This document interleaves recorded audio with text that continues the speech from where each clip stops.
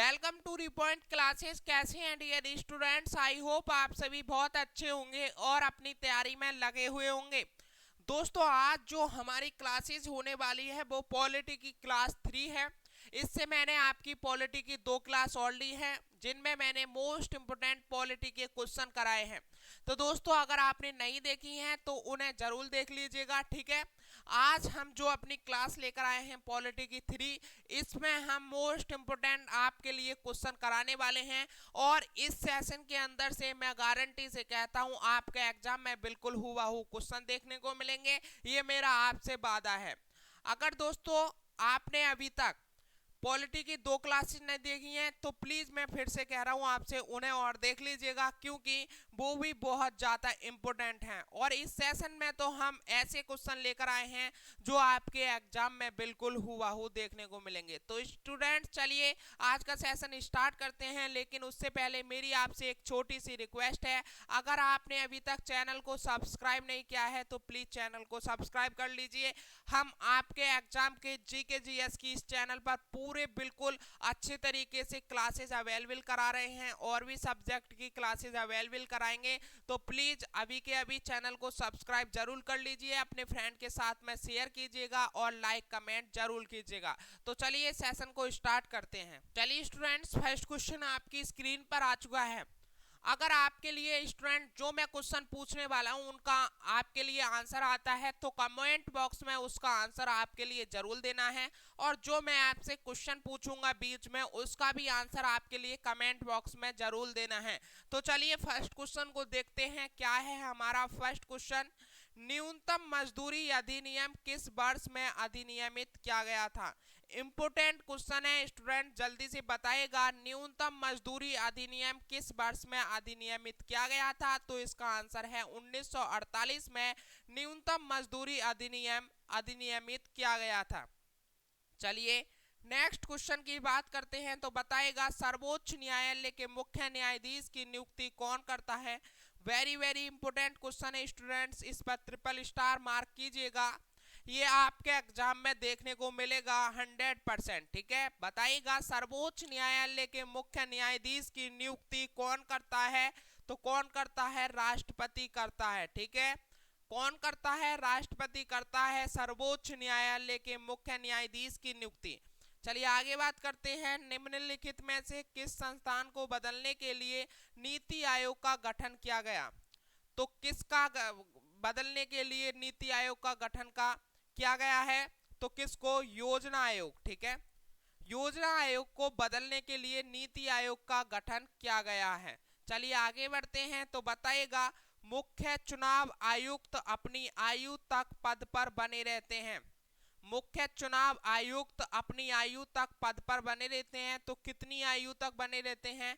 65 साल, ठीक है। मुख्य चुनाव आयुक्त अपनी 65 साल की आयु तक बने रहते हैं पद तक, ठीक है।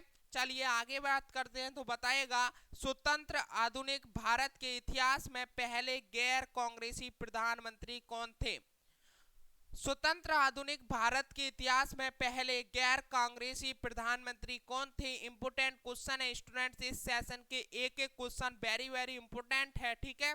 इस पे भी आप डबल स्टार मार्क कर लीजिएगा। तो इसका राइट आंसर कौन होने वाला है? मोरारजी देसाई थे, जो स्वतंत्र आधुनिक भारत के इतिहास में पहले गैर प्रधानमंत्री थे, पहले गैर कांग्रेसी प्रधानमंत्री थे। चलिए आगे बात करते हैं। तो बताएगा मूल लोकसभा वाद विवाद किस भाषा में मुद्रित होते हैं? मूल लोकसभा वाद विवाद किस भाषा में मुद्रित होते हैं? तो किस भाषा में? हिंदी और अंग्रेजी दोनों भाषा में मुद्रित होते हैं लोकसभा वाद विवाद, ठीक है। चलिए आगे बात करते हैं। तो बताएगा भारत में मतदाता की न्यूनतम आयु कितनी होती है? ये सभी के लिए पता होगा और ऐसे क्वेश्चन एमटीएस एग्जाम में पूछे जाते हैं और ये एमटीएस एग्जाम में पूछा हुआ क्वेश्चन है। तो बताएगा भारत में मतदाता की न्यूनतम आयु है तो कितनी होती है? 18 साल होती है, यानी 18 वर्ष होती है भारत में मतदाता की न्यूनतम आयु।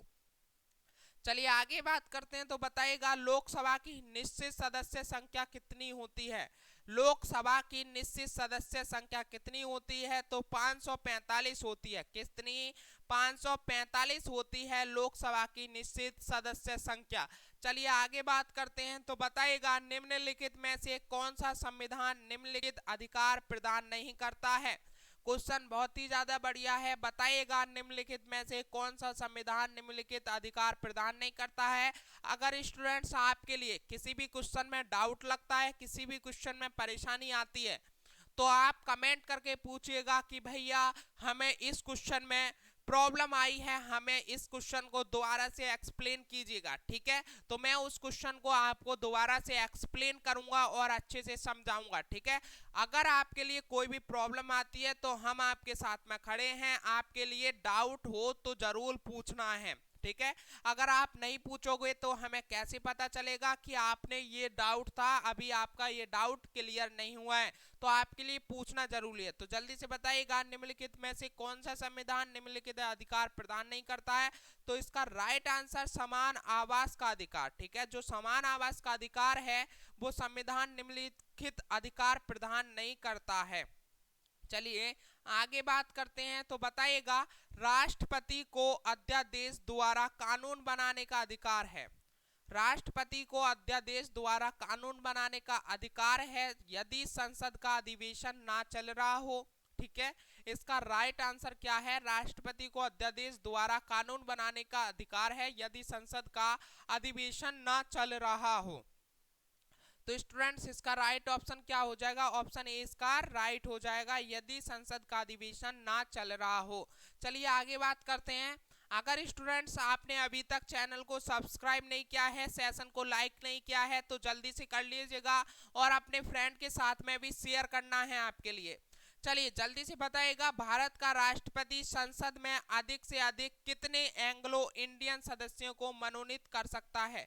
ये क्वेश्चन मैंने आपके लिए बताया है और कई बार करा भी दिया है दोनों क्लासेस में। ठीक है, पर इसकी लैंग्वेज यहाँ पर चेंज हो गई है, तो आपके लिए बताना है जो भारत का राष्ट्रपति है वो संसद में अधिक से अधिक कितने एंग्लो इंडियन सदस्यों को मनोनीत कर सकता है। तो इसका राइट आंसर है दो लोगों को ही मनोनीत कर सकता है भारत का राष्ट्रपति संसद में। ठीक है, एंग्लो इंडियन को। चलिए आगे बात करते हैं। तो बताइएगा कानूनी तौर पर युद्ध की घोषणा करने तथा शांति स्थापित करने का अधिकार किसे प्राप्त है। कानूनी तौर पर युद्ध की घोषणा करने तथा शांति स्थापित करने का अधिकार किसे प्राप्त है। तो किसको प्राप्त है, राष्ट्रपति को यह अधिकार प्राप्त है। चलिए आगे बात करते हैं स्टूडेंट्स। तो बताइएगा राष्ट्रपति द्वारा अवकाश प्राप्त करने की आयु क्या होती है। राष्ट्रपति द्वारा अवकाश प्रदान करने की आयु क्या होती है।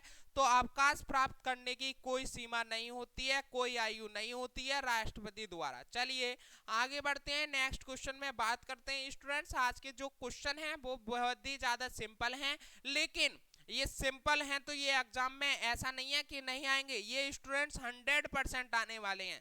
क्योंकि मैं सिंपल इसलिए कह रहा हूं, मुझे इन क्वेश्चन में एक्सप्लेन करने की ज्यादा जरूरत नहीं पड़ रही है। इसमें सीधे सीधे क्वेश्चन पूछा है और इसका सीधे सीधे बस आंसर देना है, इसलिए मैं सिंपल बोल रहा हूँ। ठीक है, बताइए अगर फिर भी आपके लिए कहीं भी डाउट आता है तो आप कमेंट करके जरूर पूछेगा। बताइए भारतीय गणराज्य का दूसरा राष्ट्रपति कौन था। भारतीय गणराज्य का दूसरा राष्ट्रपति कौन था। तो कौन थे, डॉक्टर एस राधाकृष्णन थे।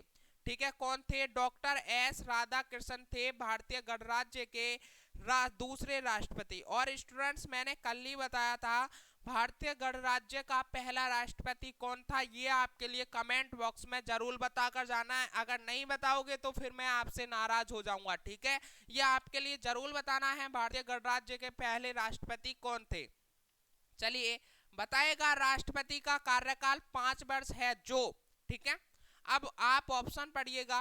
राष्ट्रपति का कार्यकाल 5 वर्ष है जो उसकी निर्वाचन तिथि से प्रारंभ होता है, बिल्कुल गलत है। ठीक है, बिल्कुल गलत बात है, उसकी निर्वाचन तिथि से प्रारंभ नहीं होता है, उसके पद ग्रहण करने की तिथि से प्रारंभ होता है, ये बिल्कुल राइट बात है। ठीक है, जो राष्ट्रपति का कार्यकाल 5 वर्ष है वो कब से लागू होता है, उसके पद ग्रहण करने की तिथि से प्रारंभ हो जाता है। ठीक है, अच्छा इन्होंने कहा लिखा है और ऑप्शन में संसद द्वारा निर्धारित तिथि से प्रारंभ होता है, बिल्कुल गलत बात है, ऐसा नहीं होता है। संसद द्वारा निर्धारित तिथि से प्रारंभ नहीं होता है। और आगे लिखा है इन्होंने चुनाव आयोग द्वारा घोषित तिथि से प्रारंभ होता है, ये भी बिल्कुल गलत बात है। जो इसका राइट आंसर है वो है उसके पद ग्रहण करने की तिथि से प्रारंभ होता है राष्ट्रपति का कार्यकाल, जो कि 5 वर्ष है। चलिए आगे बात करते हैं, तो बताएगा राष्ट्रपति पद के लिए उम्मीदवार के नाम का प्रस्ताव, ठीक है, कब से रखा, कम से कम 50 नागरिकों द्वारा किया जाता है। जो राष्ट्रपति पद के लिए उम्मीदवार के नाम का प्रस्ताव है वो कम से कम 50 नागरिकों द्वारा किया जाता है, बिल्कुल गलत बात है। निर्वाचन मंडल के किन्हीं 5 सदस्यों द्वारा किया जाता है, ये भी गलत बात है स्टूडेंट्स। संसद के किन्हीं 10 सदस्यों द्वारा किया जाता है, ये भी बिल्कुल गलत बात है। निर्वाचन मंडल के 50 सदस्यों द्वारा किया जाता है, ये बिल्कुल राइट बात है स्टूडेंट्स। इसका ऑप्शन डी राइट हो जाएगा। राष्ट्रपति पद के लिए उम्मीदवार के नाम का प्रस्ताव निर्वाचन मंडल के 50 सदस्यों द्वारा किया जाता है। चलिए आगे बात करते हैं, तो बताइएगा संविधान केंद्र सरकार की समस्त कार्यकारिणी शक्ति क्या है। संविधान केंद्र सरकार की समस्त कार्यकारिणी शक्ति क्या है, राष्ट्रपति को प्रदान करता है, ठीक है। क्या है स्टूडेंट, संविधान केंद्र सरकार की समस्त कार्यकारिणी शक्ति किसको प्रदान करता है, तो राष्ट्रपति को प्रदान करता है। इसका ऑप्शन ए राइट हो जाएगा। चलिए आगे बात करते हैं, तो बताइएगा बम्बई, कलकत्ता तथा मद्रास उच्च न्यायालयों की स्थापना कब की गई। बम्बई, कलकत्ता तथा मद्रास उच्च न्यायालयों की स्थापना कब की गई। बेहद ही ज्यादा इंपोर्टेंट क्वेश्चन है, ये आपसे पूछा जा सकता है। एक एक क्वेश्चन इस सेशन का बेहद ज्यादा इंपोर्टेंट है, लेकिन स्टूडेंट जिस पर मार्क स्टार कर रहा हूं उन्हें तो अपने माइंड में छाप लीजिए। बम्बई, कलकत्ता तथा मद्रास उच्च न्यायालयों की स्थापना कब की गई, तो 1861 में की गई, ठीक है। इसका राइट आंसर 1861 में है। बम्बई, कलकत्ता तथा मद्रास के उच्च न्यायालयों की स्थापना 1861 में की गई है। चलिए बताइएगा उच्च न्यायालय के न्यायाधीश को वेतन तथा भत्ते दिए जाते हैं। उच्च न्यायालय के न्यायाधीशों को वेतन तथा भत्ते दिए जाते हैं भारत की संचित निधि से, ठीक है। किसके द्वारा दिए जाते हैं, भारत की संचित निधि से दिए जाते हैं उच्च न्यायालय के न्यायाधीशों को वेतन तथा भत्ते। चलिए आगे बात करते हैं, तो बताइएगा निम्न में से कौन केंद्रीय सरकार का सर्वश्रेष्ठ आशैक्षिक अधिकारी है। इसका क्वेश्चन का आंसर बताइएगा निम्न में से कौन केंद्रीय सरकार का सर्वश्रेष्ठ आशैक्षिक अधिकारी है, तो इसका राइट आंसर क्या है, कैबिनेट सचिव, ठीक है। कैबिनेट सचिव जो है वो केंद्रीय सरकार का सर्वश्रेष्ठ आशैक्षिक अधिकारी है। चलिए आगे बात करते हैं, बताइएगा किस उच्च न्यायालय का अधिकार क्षेत्र सबसे अधिक भूमि पर है। किस उच्च न्यायालय का अधिकार क्षेत्र सबसे अधिक भूमि पर है, तो किसका है, गुवाहाटी उच्च न्यायालय का है। ऑप्शन ए राइट हो जाएगा। गुवाहाटी उच्च न्यायालय का अधिकार क्षेत्र सबसे अधिक भूमि पर है। चलिए स्टूडेंट्स आगे नेक्स्ट क्वेश्चन है हमारा, राष्ट्रीय मानवाधिकार आयोग में एक अध्यक्ष तथा कितने सदस्य होते हैं। क्वेश्चन दोबारा से सुनिएगा, ये भी बहुत ही ज्यादा इंपॉर्टेंट क्वेश्चन बनेगा, आपके एग्जाम में पूछा जा सकता है। राष्ट्रीय मानवाधिकार आयोग में एक अध्यक्ष होता है तथा कितने सदस्य होते हैं, तो इसका राइट आंसर है 4 सदस्य होते हैं। राष्ट्रीय मानवाधिकार आयोग में एक अध्यक्ष तथा 4 सदस्य होते हैं। चलिए आगे बात करते हैं, तो बताइए निम्न में से किस अधिकारी को राष्ट्रपति नियुक्त नहीं करता। ऑप्शन देखिएगा और बताइएगा निम्न में से किस अधिकारी को राष्ट्रपति नियुक्त नहीं करता है। किसको, राज्यपाल को भैया करता है राष्ट्रपति, उपराष्ट्रपति को नहीं करता है, ठीक है, उपराष्ट्रपति को नहीं करता है। तो इसका ऑप्शन कौन सा, बी ऑप्शन इसका राइट हो जाएगा, ठीक है। ऑप्शन बी इसका राइट हो जाएगा। उपराष्ट्रपति जो है उसे राष्ट्रपति नियुक्त नहीं करता है। चलिए आगे बात करते हैं, बताएगा राष्ट्रपति तथा अध्यादेश जारी कर सकता है जब। राष्ट्रपति अध्यादेश कब जारी कर सकता है, इसका आंसर आपके लिए देना है, ठीक है, बताना है। संसद के दोनों सदनों में मतभेद हो, ये भी गलत बात है, ठीक है। संसद का अधिवेशन नहीं हो रहा है, ये बिल्कुल सही बात है, ठीक है। संसद का अधिवेशन नहीं हो रहा है, राष्ट्रपति तथा अध्यादेश जब जारी नहीं कर सकता है। चलिए आगे बात करते हैं, तो स्टूडेंट्स आगे और क्वेश्चन है ही नहीं आज के सेशन के। जो ये इंपोर्टेंट क्वेश्चन थे तो कितने थे, 25 थे। और स्टूडेंट्स ये 25 ऐसे क्वेश्चन हैं, ये आपके एग्जाम में यहाँ से बिल्कुल हुबहू देखने को मिलेंगे। ये सेशन बेहद ही ज्यादा इंपोर्टेंट था। स्टूडेंट्स पॉलिटी के इंपोर्टेंट क्वेश्चन पर मैं एक सेशन और लेकर आऊंगा, जिसमें आपके लिए इंपोर्टेंट क्वेश्चन ही कराने वाला हूं। उसके बाद में मैं पॉलिटी के कुछ टॉपिक वाइज आपके लिए सेशन पढ़ाने वाला हूं। जैसे राष्ट्रपति को पूरे अच्छे तरीके से कवर करूंगा, एक एक पॉइंट को राष्ट्रपति को अच्छे से समझाने वाला हूं। मंत्रिमंडल है, मंत्री परिषद है, इन सब चीजों को बड़े अच्छे से समझाऊंगा। काफी सारे पॉइंट हैं, काफी सारे टॉपिक हैं जिन्हें मुझे अच्छे से कवर कराना है पॉलिटी के अंदर।